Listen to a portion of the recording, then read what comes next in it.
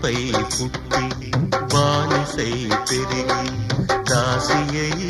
సేవకు నిలయమై ఆగని యంత్రమై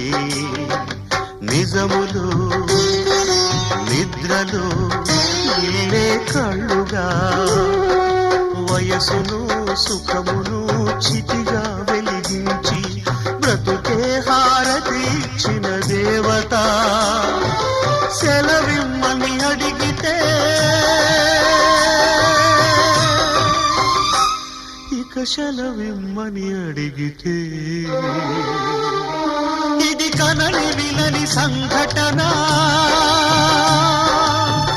అపూర్వ సంఘటన